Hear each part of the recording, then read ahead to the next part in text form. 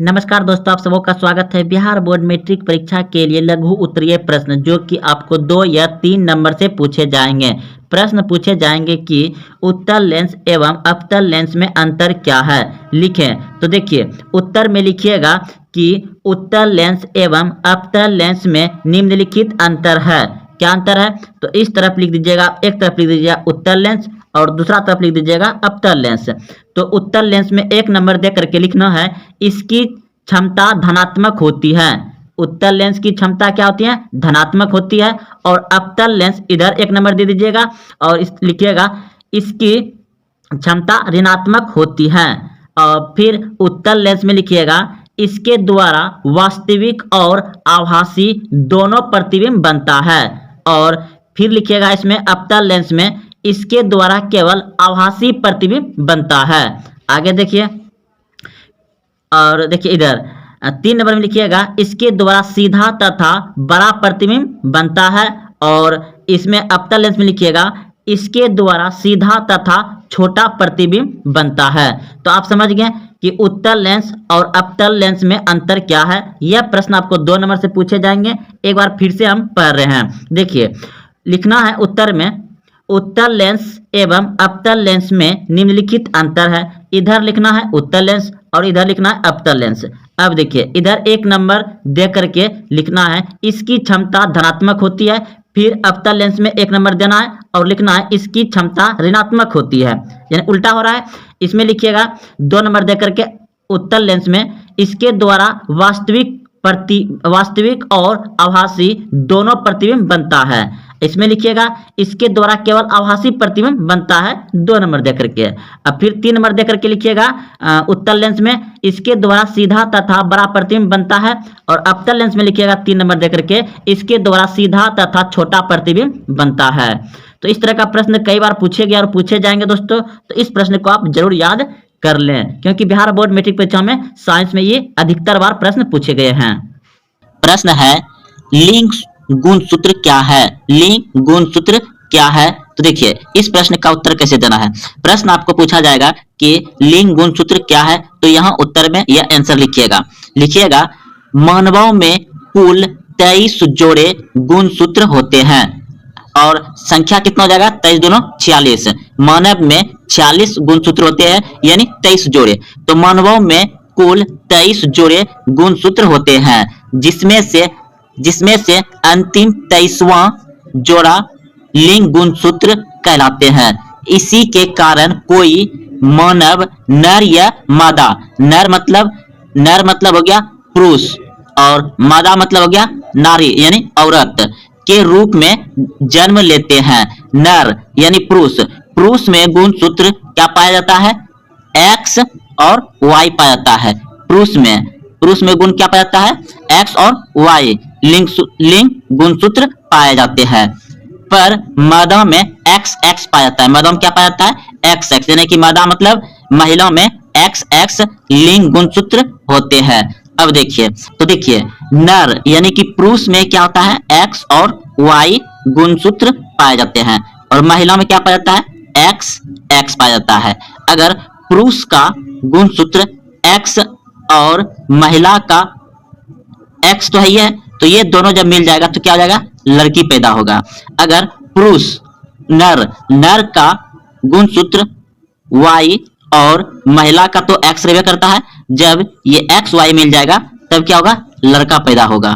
तो समझ गए यहाँ पे कि मानव में कुल 23 जोड़े गुणसूत्र होते हैं। आपको ऑब्जेक्टिव में पूछ दिया जाएगा कि मानव में गुणसूत्र की संख्या कितनी है, तो आपको कितना लगाना है? 46 लगाना है। और अगर जोड़े पूछा जाए तो 23 लगाइएगा। तो मानवों में कुल 23 जोड़े गुणसूत्र होते हैं, जिसमें से अंतिम 23वां जोड़ा लिंग गुणसूत्र कहलाता है। इसी के कारण कोई मानव नर या मादा, पुरुष या महिला के रूप में जन्म लेता है। नर XY लिंग गुणसूत्र होते हैं, पर महिला में XX लिंग गुणसूत्र होते हैं। तो आप समझ गए, प्रश्न था लिंग गुणसूत्र क्या है। तो समझ गए लिंग गुणसूत्र क्या है।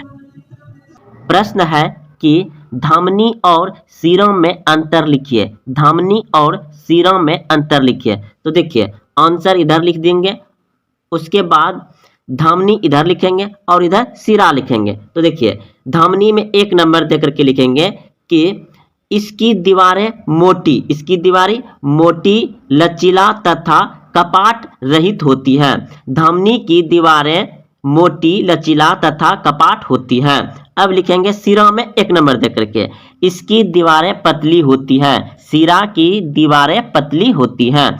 अब देखिए धमनी में लिखेंगे 2 नंबर देकर के, इसकी गुहा पतली होती है। और सिरा में लिखेंगे 2 नंबर देकर के, इसकी गुहा मोटी होती है। 3 नंबर देकर के लिखेंगे धमनी में, इसके रुधिर अत्यंत दबाव एवं गति के साथ प्रवाहित होती है। और सिरा में लिखेंगे इसके रुधिर कम दबाव के साथ धीरे धीरे प्रवाहित होती है, यानी कि बहती है। प्रवाहित मतलब बहती है। तो देखिए एक बार फिर से हम पढ़ रहे हैं, आप लोग ध्यान से सुनिएगा कि प्रश्न था धमनी और सिरा में अंतर लिखिए। तो उत्तर में लिख देंगे इधर धमनी, इधर सिरा। तो धमनी में 1 नंबर देकर के लिखेंगे इसकी दीवारें मोटी, लचीला तथा कपाट रहित होती है। और सिरा में लिखेंगे इसकी दीवारें पतली होती हैं। धमनी में फिर 2 नंबर देंगे और लिखेंगे इसकी गुहा पतली होती है। और सिरा में 2 नंबर देकर के लिखेंगे इसकी गुहा मोटी होती है। अब इसका लिखेंगे धमनी में इसके रुधिर अत्यंत दाव एवं गति के साथ प्रवाहित होती है। और सिरा में लिखेंगे इसके रुधिर कम दबाव के साथ धीरे धीरे प्रवाहित होती है। हमारे शरीर में रक्त का क्या कार्य है, यानी हमारे शरीर में ब्लड यानी खून क्या काम करते हैं। तो आपको बिहार बोर्ड मैट्रिक परीक्षा में क्वेश्चन पूछ दिया जाएगा कि रक्त यानी रुधिर ब्लड के कार्य को लिखें। प्रश्न पूछा जाएगा रुधिर ब्लड के कार्य को लिखें, यानी कि रक्त का कार्य लिखें। तो देखिए रक्त का कार्य क्या होता है, अच्छे से समझिए।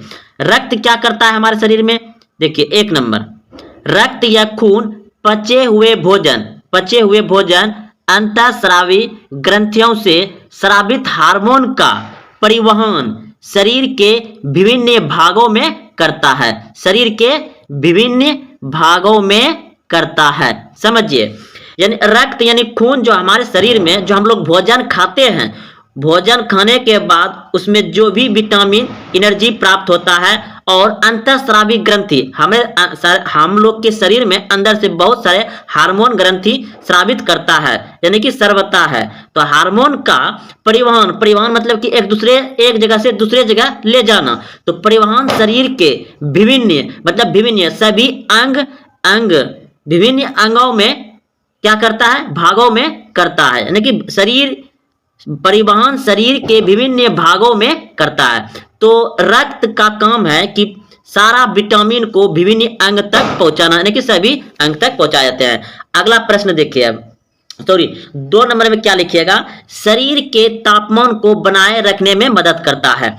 तो पहला नंबर रक्त के कार्य में पहला नंबर में क्या लिखे, रक्त या खून पचे हुए भोजन अंतःस्रावी ग्रंथि से हार्मोन स्रावित का परिवहन शरीर के विभिन्न भागों में करता है, विभिन्न अंगों में करता है या भागों में करता है, बात एक ही है। और दूसरा नंबर लिखिएगा शरीर के तापमान को बनाए रखने में मदद करता है। तो खून हमारे शरीर में क्या करता है, हमारा शरीर का तापमान क्या करता है, एक समान बनाए रखता है। और तीसरा नंबर देखिए, यह ऑक्सीजन को शरीर के विभिन्न कोशिकाओं तक पहुंचाना एवं CO2 को निकालने में मदद करता है। तो तीसरा नंबर में क्या लिखिएगा कि रक्त जो है ऑक्सीजन को शरीर के विभिन्न कोशिकाओं तक पहुंचाना एवं CO2 को निकालने में मदद करता है। तो रक्त का देखिए कितना कार्य हो रहा है। अब देखिए चौथा नंबर क्या है, चौथा नंबर में है कि यह शरीर में विभिन्न क्रियाओं में बने उत्सर्ज पदार्थ को निकालने में मदद करता है। यानी कि हमारे शरीर में जो खाना खाएं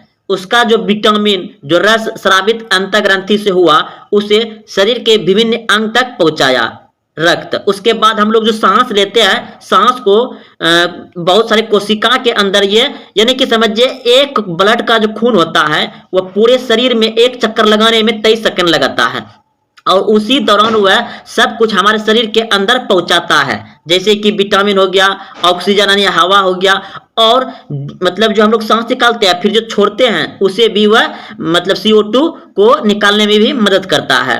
और यह क्या करता है, हमारे शरीर में अपशिष्ट पदार्थ जो उत्सर्जित होता है जैसे पेशाब या बाथरूम जाना, ये सभी क्रियाओं को भी रक्त यानी कि खून का ही काम होता है। अगला देखिए 5वां नंबर, प्लेटलेटिक्स, रक्त को बहने से बचाता है। ठीक है, तीसरा देखिए सबसे लास्ट 5वां नंबर को पढ़िए, कह रहा है रक्त जो है, रक्त में मौजूद WBC यानी कि WBC क्या होता है, श्वेत रक्त कण होता है, और RBC क्या होता है, लाल रक्त कण। RBC क्या होता है, लाल रक्त कण होता है। WBC क्या होता है, श्वेत रक्त कण होता है। तो देखिए रक्त में ही WBC यानी श्वेत रक्त शरीर को रोगों से लड़ने की क्षमता प्रदान करता है। ठीक है, तो सबसे पहले हम लोग के शरीर में रक्त जो निकलता है, कौन सा रक्त निकलता है, उजला टाइप का रक्त निकलता है। अगर आपको कोई खोच लग जाए, कुछ भी हो जाए शरीर के, सबसे पहले उजला टाइप का रक्त निकलता है जिसे हम WBC कहते हैं। और वही हमारे शरीर में अन्य वायरस कीटाणु से जो भी आकर के हम लोग को, जैसे कि कोई कीड़ा काट लिया, कोई मच्छर काट लिया, तो वह सभी पहले वही रक्त लड़ता है, यानी कि वह हम लोग के शरीर का क्या है, कवच है। कौन, श्वेत रक्त कण। प्रश्न है कि जनरेटर तथा ट्रांसफार्मर में अंतर क्या है। जनरेटर तथा ट्रांसफार्मर में अंतर क्या है, तो इस प्रश्न का उत्तर आप लिखिएगा यहाँ से। जनरेटर तथा ट्रांसफार्मर में अंतर इस प्रकार है, इस तरह से लिखिएगा, इधर आप जनरेटर लिख दीजिएगा, इधर ट्रांसफार्मर लिख दीजिएगा। तो जनरेटर में 1 नंबर देकर के लिखिएगा, यह विद्युत उत्पन्न करता है। और ट्रांसफार्मर में लिखिएगा कि ट्रांसफार्मर विद्युत की वोल्टता को परिवर्तित करता है, यानी ट्रांसफार्मर क्या करता है, विद्युत का जो वोल्टेज होता है उसे घटाता है, बढ़ाता है। अब देखिए जनरेटर में लिखिएगा 2 नंबर देकर के, यह घूमने वाली मशीन है। और ट्रांसफार्मर क्या है, यह स्थिर मशीन है, यह एक जगह स्थिर रहता है। आप ट्रांसफार्मर देखे होंगे बहुत सारा।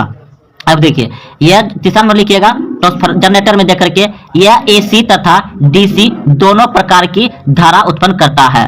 ठीक है, अब इसमें लिखिएगा आप 3 नंबर देकर के कि ट्रांसफार्मर केवल AC धारा प्रवर्तित करता है। समझ गए, यानी कि ये 3 नंबर में क्या था, जनरेटर जो करता है क्या, यह AC तथा DC दोनों प्रकार की धारा उत्पन्न करता है, और ट्रांसफार्मर केवल AC धारा प्रवर्तित करता है। और देखिए 4 नंबर में लिखिएगा कि इसके द्वारा विद्युत उत्पन्न करने से पहले टरबाइनों द्वारा घुमाया जाता है। और इसमें लिखिएगा इसे किसी के द्वारा घुमाया नहीं जाता है। 4 नंबर में लिखिएगा ट्रांसफार्मर में इसे किसी के द्वारा घुमाया नहीं जाता है। और इसमें तो आप समझ जाएंगे, इसके द्वारा विद्युत उत्पन्न करने से पहले टरबाइनों द्वारा घुमाया जाता है। तो देखिए प्रश्न है आपका कि उत्पादक और उपभोक्ता में अंतर बताइए। उत्पादक और उपभोक्ता में अंतर बताइए। तो यहाँ पे आप आंसर लिखिएगा, और उत्पादक और उपभोक्ता में निम्न अंतर है लिख दीजिएगा। और इधर उत्पादक लिखिएगा, इधर लिखिएगा उपभोक्ता। देखिए उत्पादक में 1 नंबर देकर के लिखना है, ऐसे जीव जो प्रकाश संश्लेषण की क्रिया से अपना भोजन बनाते हैं उत्पादक कहलाते हैं। और उपभोक्ता में लिखना है 1 नंबर देकर के, ऐसे जीव जो अपने भोजन के लिए दूसरे जीवों पर निर्भर करते हैं उसे उपभोक्ता कहते हैं। और फिर 2 नंबर दीजिएगा उत्पादक में यहाँ, और लिखिएगा हरे पौधे उत्पादक होते हैं। और उपभोक्ता में लिखिएगा सारे जीव जंतु उपभोक्ता होते हैं। तो आप समझ गए उत्पादक एवं उपभोक्ता में क्या अंतर होते हैं। एक बार फिर से हम पढ़ रहे हैं, ऐसे जीव जो प्रकाश संश्लेषण की क्रिया से अपना भोजन बनाते हैं उत्पादक कहलाते हैं। हरे पौधे उत्पादक होते हैं। अब उपभोक्ता में आइए, इसमें 1 नंबर में लिखिएगा ऐसे जीव जो अपने भोजन के लिए दूसरे जीवों पर निर्भर करते हैं उपभोक्ता कहलाता है। सारे जीव जंतु उपभोक्ता होते हैं। प्रश्न है कि ए मीटर और वोल्ट मीटर की तुलना करें। ए मीटर और वोल्ट मीटर की तुलना करें, यानी अंतर बताइए, दोनों के बारे में बात को लिखिए। तो देखिए दोनों में अंतर कैसे करना है, आप देख रहे हैं सेम इसी तरह से लिखना है। तो आप लिख दीजिएगा यहाँ पे उत्तर देख करके, यहाँ पे लिखिएगा कि ए मीटर और वॉल्ट मीटर की तुलना, इस तरह से लिख दीजिएगा। उसके बाद लिखिएगा इधर ए मीटर जैसे यहां लिखा हुआ है, उसी प्रकार से इधर लिख दीजिएगा आप वॉल्ट मीटर जैसे इधर लिखा हुआ है, वो बीच में इस तरह से दे दीजिएगा। उसके बाद इधर आप एक नंबर दीजिएगा और लिखिएगा यह विद्युत परिपथ में धारा की प्रबलता को मापता है। ए मीटर क्या करता है? यह विद्युत परिपथ में धारा की प्रबलता को मापता है। अब आ जाएंगे वॉल्ट मीटर में। वॉल्ट मीटर में एक नंबर दे करके लिखेंगे यह विद्युत परिपथ में किसी दो बिंदुओं के बीच का विभवांतर को मापता है। वोल्ट मीटर में एक नंबर देकर के लिखेंगे यह विद्युत परिपथ में किसी दो बिंदुओं के बीच का विभवांतर को मापता है। अब देखिए आ जाएंगे ए मीटर में और इसमें नंबर दो देकर के लिखेंगे विद्युत परिपथ में श्रेणी क्रम में जोड़ा जाता है। विद्युत परिपथ में क्या जोड़ा जाता है? ए मीटर को विद्युत परिपथ में श्रेणी क्रम में जोड़ा जाता है। और आ जाएंगे अब वोल्ट मीटर में। वोल्ट मीटर में 2 नंबर देंगे और लिखेंगे विद्युत परिपथ में समांतर क्रम में जोड़ा जाता है। तो यहां तक समझ गए आप। आगे बढ़ते हैं। अब लिखिएगा तीसरा नंबर लिख दीजिएगा यहां पे इसका स्केल एम्पियर ए में अंकित किया जाता है। और वोल्ट मीटर में लिख दीजिएगा इसका स्केल वोल्ट वी में अंकित किया जाता है।